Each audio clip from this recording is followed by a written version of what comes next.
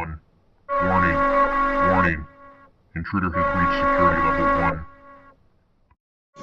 1. Hey 10, wake up. Wake up! Now! Look, we have a situation. An unidentified car came down Tech Boulevard. Get to a safe room. It's probably just a false alarm, but better safe than sorry.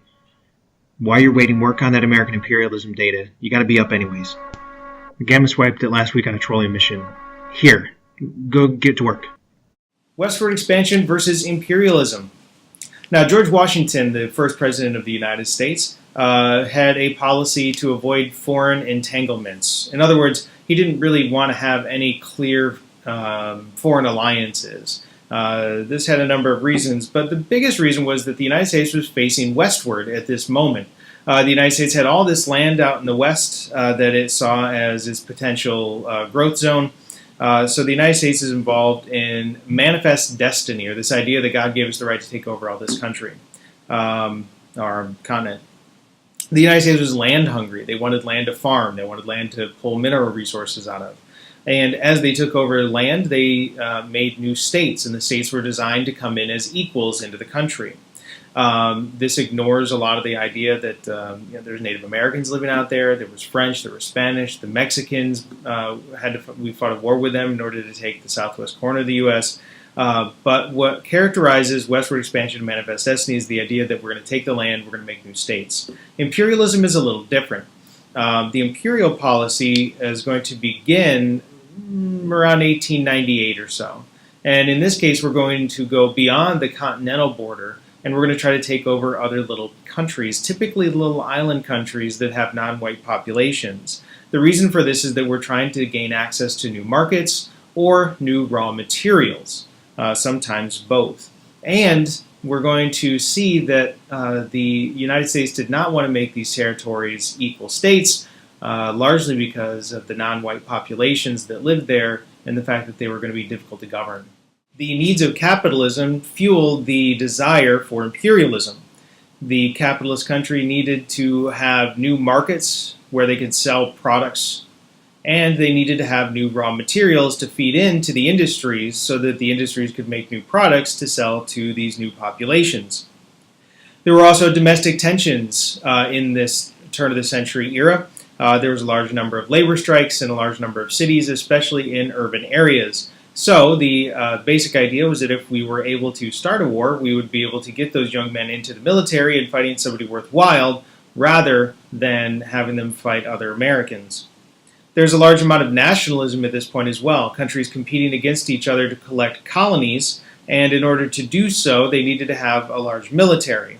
Once you build a large military, you have to justify the expense. So, led by a thinker, an admiral named Alfred Thayer Mahan, the United States developed a large navy referred to often as the Great White Fleet. Once we had the Great White Fleet, we had to use it, and we decided to use it to take little colonies. Typically, the colonies we took were small island nations of non-white populations. Typically, they were not Christianized heavily.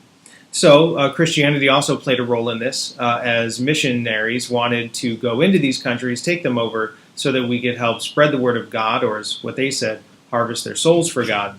So if you remember nothing else, remember that imperialism was fueled by a need for new markets and new raw materials. Hey, I'm just checking in. Look, I don't know what's going on. The car just stopped at the loop. It's been there just sitting there for 5 minutes. Been watching it the whole time. Here's the weird thing, Ted. I can't see a driver. I haven't seen anyone leave the car. I just can't see anyone. Social Darwinism is a theory based on Darwin's survival of the fittest theory. However, it isn't really used appropriately in this context. Now, Darwin was arguing that some animals were better suited for nature, and therefore they would survive and produce more offspring, and over the long run, that would cause evolution of species. However, social Darwin theory argues that some peoples are better suited to society than others, – and therefore they will rise to the top and become wealthy and powerful. This does not account for a number of factors, such as banking laws or Jim Crow violence or any other number of things that would explain societally how this works. In terms of imperialism, the American country saw itself as superior to other countries. Therefore, it was best fit for the world. And we should expand in order to teach others the proper way to live and have civilization. Sometimes this is referred to as the white man's burden. We would spread American ideas like democracy and our religion, at the time, majority Christian, and ideas of capitalism. Now, this was designed to help out these other civilizations, or at least to justify the American actions. However, what ends up happening is in places like Latin America and Cuba and Puerto Rico and the Pacific and Guam and the Philippines, this really does lead to a high amount of resentment among the populations we occupied. These are the causes of the Spanish-American War. There are 6 causes: humanitarian, domestic, creation of a navy, yellow journalism, the sinking of the USS Maine, and the Delome letter. The first is that the Spanish were in control of the island of Cuba. They were colonial powers. The Cubans had been trying to liberate themselves for a number of years. The Spanish were treating them very poorly, running them up, throwing them into essentially ghettos, treating them very badly. So the Americans wanted to step in and protect their brothers to the south, only 60 miles off the coast of Florida. So humanitarian reasons. Domestic issues go back to what we talked about in 5.1, and that would be we have a lot of very angry working class young men living in the cities, causing a lot of problems like strikes and such. So the idea was that if we were in a conflict, those young, angry male workers would be sent out of the country, and they would be fighting better people than other Americans. This ties right into Alfred Thayer Mahan's book about the need for sea power. The United States built a great big navy called the Great White Fleet, and we decided to really start enforcing the Monroe Doctrine, and the Alfred Thayer Mahan book played right into it. Also tied into this is yellow journalism. Yellow journalism is this term given to newspaper articles or journalists that are trying to exaggerate or even make up stories just in order to sell an additional newspaper or two. By exaggerating stories, by committing hyperbole, by making stuff up, people like William Hearst and Joseph Pulitzer sold a lot of newspapers, but they also got the United States public to believe that we needed to attack Spain. This ties right in with the USS Maine. The Maine was a battleship in the port of Havana, and at the time we thought that the Spanish made it explode. Turns out later that there was a mistake on board, and the magazines on board exploded because of our own mistake. Whoops.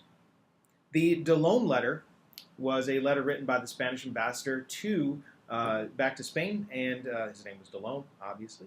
And Delome basically argued that McKinley was a weakling and wouldn't do anything, and as we know from sort of modern ideas, presidents don't like it when they are called weak, so McKinley had to stand up for himself. So when you combine all this stuff together, you got a big navy, you got journalists riling up the public, you have this Maine explosion, which nobody could really explain at the time, but journalists were blaming it on Spain, and now you have a president that wants to show that he's tough. Well, that leads to a whole new set of problems, and in this case, the Spanish-American War. Zed wanted me to check in. He snuck up to the roof, trying to get a better look at the car.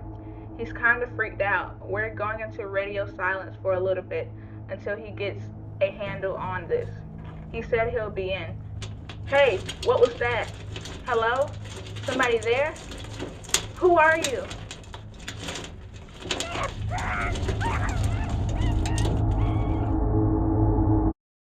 So the Spanish-American War was started after the sinking of the Maine, yellow journalism, the Delome letter, all that. McKinley asked for it and gets a declaration of war to fight the Spanish in Cuba. And the first place he attacks is, that's right, the Philippines. So we are fighting in the Caribbean and fighting an Atlantic European power, and we decided to attack in the Pacific Ocean. We took the island of Hawaii, which has a long history, but we took that because, well, it's an island full of non-white population who were not a Christian nor capitalist country, so we figured we'd teach them the proper way to govern themselves. Also, we decided to take the Philippines. The Philippines were controlled by the Spanish, so we justified it that way. But really, the bigger purpose for taking both Hawaii and the Philippines was access to those Far East Chinese markets. There's a lot of people in China. We wanted access to those markets so that we would have a new place to sell all of those American products being created during the Industrial Revolution. The Spanish-American War ended fairly quickly with an American victory. The Spanish were required to give up a number of territories, among them Puerto Rico, Hawaii, Guam, the Philippines, and a couple of others. And this led to a very large debate almost immediately within the United States about whether or not the United States should keep these territories and manage them or let them have their own independence. The anti-imperialist argument developed rather quickly around people like Mark Twain and a few other politicians. The big argument that was made was that it would be difficult to have these peoples incorporate into the American government. The essential argument was that, one, they were very far away geographically, and we'd have to move to a system almost like salutary neglect under the American Revolution, where we'd have a governor in place and it would be difficult to sort of communicate back and forth. So that was the first argument, was the geographical incorporation. The second argument was actually almost as racist as the pro-imperial, and that was that these savage peoples would not be able to assimilate into white culture. Then they would just be barbarians that would bring our country down. Second argument among this is very similar. That is that it would be too costly, be expensive. We'd have to waste a lot of taxpayer money developing these territories, and there would be very little benefit for the United States. A third argument was that it violated the American principle of self-government, going all the way back to the Declaration of Independence, that the Filipinos especially did not want us there. And we knew this because they were fighting against us. A guy named Eduardo Aguinaldo has transitioned from fighting against the Spanish to fighting against the Americans. And the anti-imperialists started saying, well, essentially we're becoming colonial powers, just like what we fought against in the American Revolution. And the resistance just proved that. Hey, how's it going? Gamma asked me to check on you. I guess it's your first time under a lockdown. It can get a little stressful sometimes. I remember my first time. Yeah, I started hearing things. Red was training me on cyber infiltration and was doing some laptop work. Kind of what you're doing now, actually. I kept thinking I heard jacks right outside the door. It was a long 4 hours. Anyways, stay calm. It's probably nothing. It should be over soon. With the Spanish-American War over, the United States had control of all these territories, and it was President William McKinley that argued the pro-imperial side most effectively. His essential argument was that the Filipinos were savages and they could not govern themselves, so therefore it was the United States government's responsibility to control them. Should sound like a very familiar argument. This is essentially the social Darwinist argument that allowed us to go into these other territories anyways. That these non-white populations were savages, and the United States needed to teach them Christianity, capitalism, and democracy because they couldn't figure it out for themselves. This is very similar to that Jim Crow argument in the South as well. The same racial prejudice that's going on in the South for segregation is also being applied to these non-white populations in these little island countries. The Supreme Court backed up this pro-imperial argument, taking away the anti-imperial argument that these peoples would ruin our democracy. Essentially, the Supreme Court came to a decision in what's known as the insular cases that would insulate the United States away from these savage peoples. Their terms, not mine. Basically, the Supreme Court said that the Constitution does not follow the flag, that just because the United States controls a territory does not mean that the people living there get the same rights and responsibilities as people that live in the continent of the United States. So when we took over a territory like Puerto Rico, they would not be made a state. They would just remain a territory of the United States and wouldn't get the same rights that you or I would get. This means that the United States essentially turned into a colonial power. We took colonies in places like Hawaii, Puerto Rico, Guam, the Philippines, and this made those populations very angry and resentful against the United States. As I said before, the Filipinos had been fighting against the Americans very early on. As the United States transitioned from being an isolationist nation to an imperial power, one of the main reasons for this was this desire for new markets. Remember, the biggest market in the world at this point was China, and it's one of the reasons why the United States took the Philippines during the Spanish-American War, was we wanted a stepping stone into China. The problem was the United States was a little late getting into this game, and the European countries had already carved China into what were referred to as spheres of influence. This is a place where the European law applied only to that sphere, and essentially the European countries had a monopoly where they could sell their goods to the Chinese and no one else could. The United States did not have one of these spheres, so it sent a letter often called the open door note, asking for what was called an open door policy, where the European countries would let American companies sell American goods within that sphere. The problem is no European country was going to allow their monopoly to be broken by the American corporations. Please remember that this has nothing to do with the Chinese. The United States were not trying to help the Chinese out.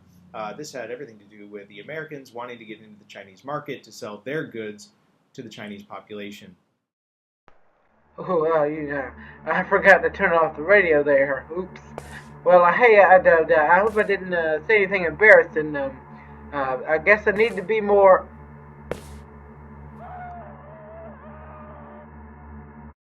Please remember that the open door policy was started by the Americans, asking for a way into those European sphere of influence monopolies.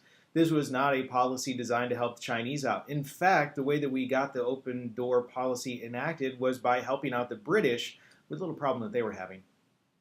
The British were facing some issues with a group of Chinese nationalists calling themselves the Boxers. The Boxers wanted to kick out all non-Chinese so that they could have China simply for the Chinese. Makes sense. The open door policy was helped because the United States led a multinational effort trying to crush this Boxer rebellion, which we did fairly effectively, allowing the British to maintain their sphere of influence. As a thank you, the British allowed us to trade within their sphere of influence. This further alienated the Chinese, and it's going to have an impact in the future. However, at the time, the United States got that big new market that it had desired. After the Spanish-American War, the United States wasn't officially allowed to control Cuba because of something called the Teller Amendment to the Declaration of War. However, the United States is going to become an imperialist power within the Latin American territories, and Cuba was part of this. We had put something in called the Platt Amendments to the Cuban Constitution, essentially saying that the United States could intervene in Cuba anytime its independence was threatened. We also got a little place called Guantanamo Bay. You may have heard it in the news recently, referred to as Gitmo, a place where we've been keeping accused terrorists. This is part of a bigger program of Teddy Roosevelt known as the Roosevelt Corollary to the Monroe Doctrine. Remember that the Monroe Doctrine said that the Europeans should stay out of the Latin American territories. Roosevelt adds to this. Yes, we wanted to keep the Europeans out. Roosevelt saw himself as, he calls himself the policeman of the hemisphere, keeping the Europeans out and the good Western Hemisphere people in. The Roosevelt Corollary to the Monroe Doctrine essentially made us the debt collectors. The European countries were owed a lot of money by Latin American countries. We didn't want the Europeans coming into our hemisphere trying to collect that money. So the United States would go into these little countries, collect the money, and then send it back to the Europeans, basically making us a debt collector. This led to a lot of resentment among the Latin American countries. This is helped by Teddy Roosevelt's program known as the Big Stick Policy. Teddy Roosevelt was a man of action. He said, speak softly and carry a big stick. So Teddy Roosevelt would warn these countries, Europeans, Latin Americans, whatever, and if they didn't do what he wanted, he would essentially use the military against them. We'll see this more in the next on-demand session about the Panama Canal. However, it's important to note that the Great White Fleet was his big stick, and he liked to threaten people with it quite often.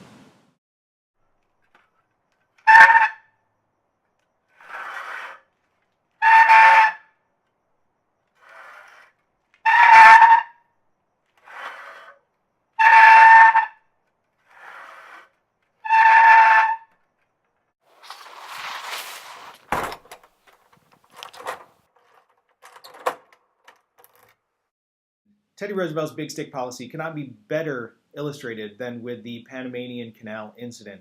The United States had long desired a canal across the North and South American continent for both military and economic reasons. Again, trying to get all that stuff from the East Coast over into the Chinese marketplaces. However, they had failed on a number of different occasions to gain this territory. The Panamanian Canal Isthmus was the most desired location, mainly because of the narrow amount of territory that would be needed to overcome. Now, the United States went to Colombia, which controlled the Panamanian Isthmus, and offered to buy that territory. The Colombians basically said no. Teddy Roosevelt had asked nicely, and now he was going to hit him with the big stick. The United States agreed to support the Panamanian Revolution. The Panamanians were a subsection of Colombia. They were an ethnic minority. They wanted to have that territory for themselves. So Teddy Roosevelt agreed to support their revolution. He sent in 2 gunboats into the Panamanian harbor just to warn the Colombians not to get involved. The Panamanians quickly won this revolutionary spat, and as a favor, as a thank you, they gave the territory that Teddy Roosevelt had wanted to buy from the Colombians to the United States. We built a canal and would have about a century worth of time in that canal zone prior to returning it back to the Panamanians. Eventually, this caused resentment with the Colombians, but also eventually the Panamanians sort of resent having our presence there as well. Dollar versus moral diplomacy. Coming off the heels of Teddy Roosevelt's big stick policy, William Taft was elected as the hand-picked successor to Teddy Roosevelt. Roosevelt assumed that he'd continue many of his programs. However, Taft had his own ideas. Taft wanted to use the economic strength of the United States in order to fulfill many of these obligations. Taft used what was called dollar diplomacy. In other words, a promise to protect U.S. investors if they went into these Latin American countries. The United States would intervene if there's ever any problems that were being faced by the American investors. What this does is increase both the amount of investment in the foreign countries, the idea being that with more investment there would be more progress, more jobs, more opportunities. It would help to civilize these populations. There was more investment. However, that meant that there was the flip side of that was there was a requirement for more control over these territories. When the Democrat Woodrow Wilson, as you remember from 4.6, was able to come into the office, he switched over to something referred to as moral diplomacy. In other words, he said he was going to teach the populations how to elect good men. How condescending is that? The idea that they hadn't thought about, we should elect good men before. So teach them to elect good men, and he also would vow to protect business interests in America. In either case, in the Latin American countries. In either case, what happens is both of those presidents ended up more heavily investing the United States into these Latin American territories and more heavily angering these Western Hemisphere countries based on the policy. Hey, Ten, how you hanging in there? Sorry we can't talk. I grabbed the wrong headset on the way up to the roof. The car turned around and left. It's the strangest thing. I couldn't see any driver. Let me go step off campus for a minute and go investigate. Stay in your safe room. Keep working. I'll be back in a minute.